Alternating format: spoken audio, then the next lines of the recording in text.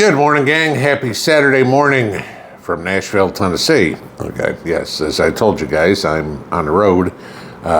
Bowling tournament, as if you couldn't tell by the shirt. So state tournament this weekend, so that's where I am. Fun. Yeah, nothing like having to bowl at 8 o'clock in the morning. But that'll be fun.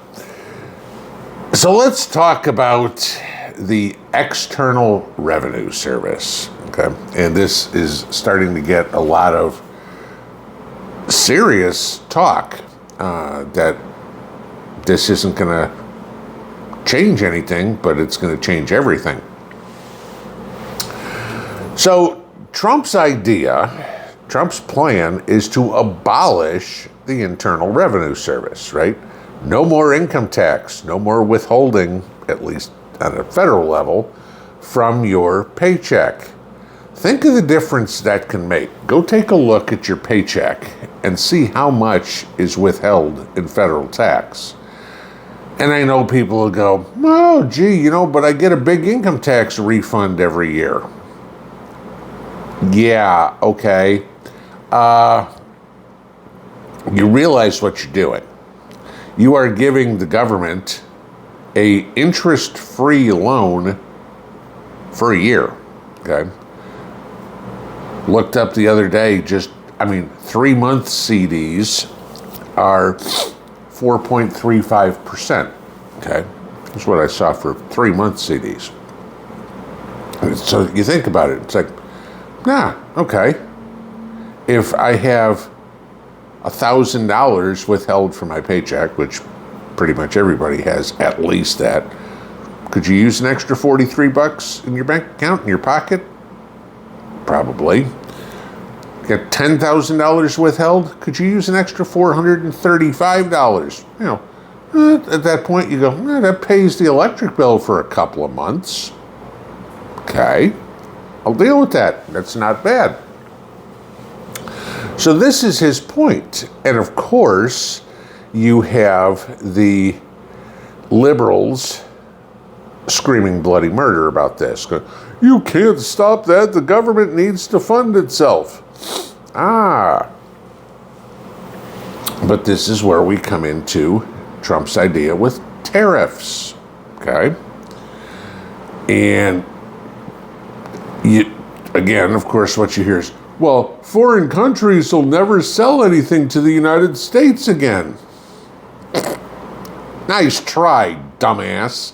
Okay, I'll give you this. Let's take a look at Canada, for example.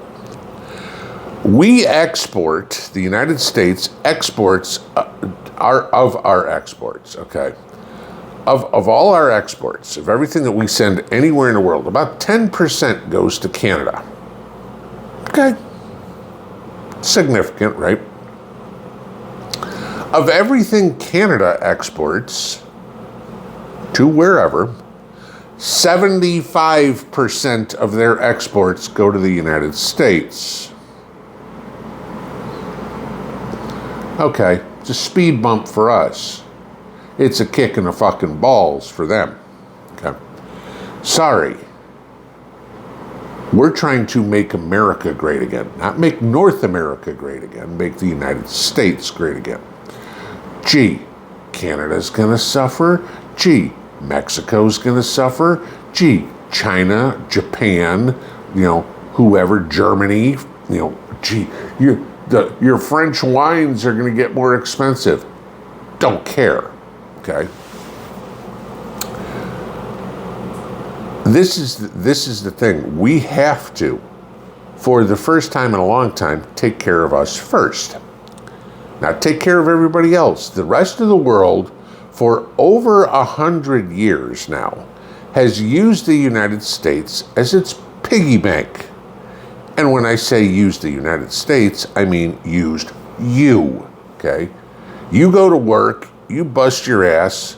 As we all know, you have to work till sometime Tuesday afternoon before you get to keep any of the money. So everything you did on Monday, everything you did Tuesday morning, and a little bit of time after lunch is now going to buy condoms for people in Africa somewhere, or pay for drag shows down in South America. Is that where you want your money to go? Is that what your labor is worth? I mean, you have to remember this. Up until 1913, we had no income tax. The country was funded completely on tariffs. And people come back and say, oh yeah, and our military was next to nothing and blah, blah. Okay, sure, Well, we were also a fledgling country at that point. We'd just come out of the Civil War, within a generation. Okay. But we funded the entire country on tariffs.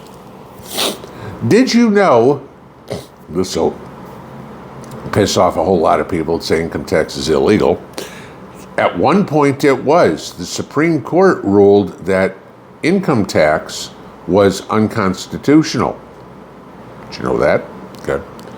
But it took a constitutional amendment, so all those thieves in Washington, this ain't a new phenomenon, guys, okay? All those thieves in Washington over 100 years ago said, hey, fleecing the American people is okay. Now I want you to remember this. In order to pass a constitutional amendment, 2/3 of Congress, both houses, and 3/4 of the states have to agree.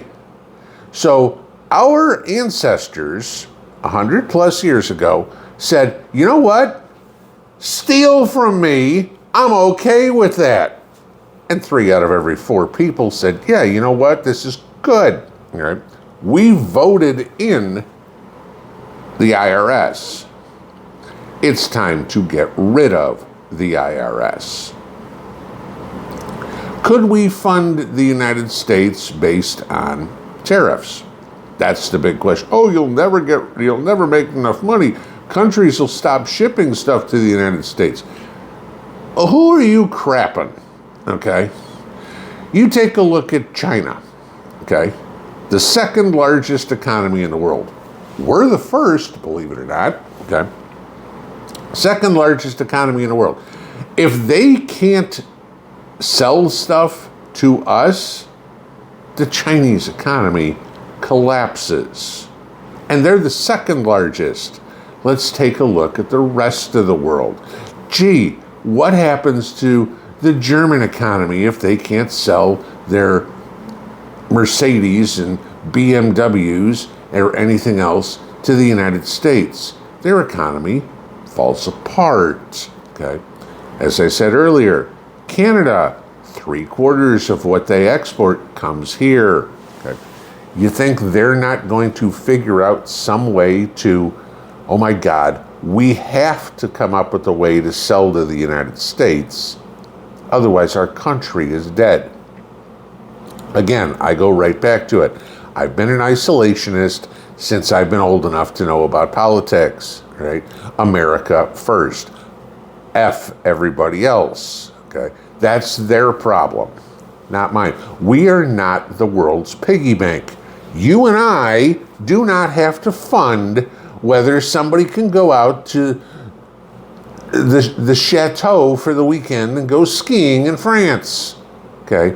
That's not why we go to work, right? We go to work so we can put food on the table. We can turn the lights on. We can put gas in the car. That's the thing. All these people that are complaining about all the reasons why an external revenue service won't work, I hate to tell you guys, it has worked because we did it before. The Internal Revenue Service was the beginning of the demise of the United States. Our country, the United States of America, was wealthier before the IRS than after it. Wouldn't it be nice to make America rich again? Pinball out.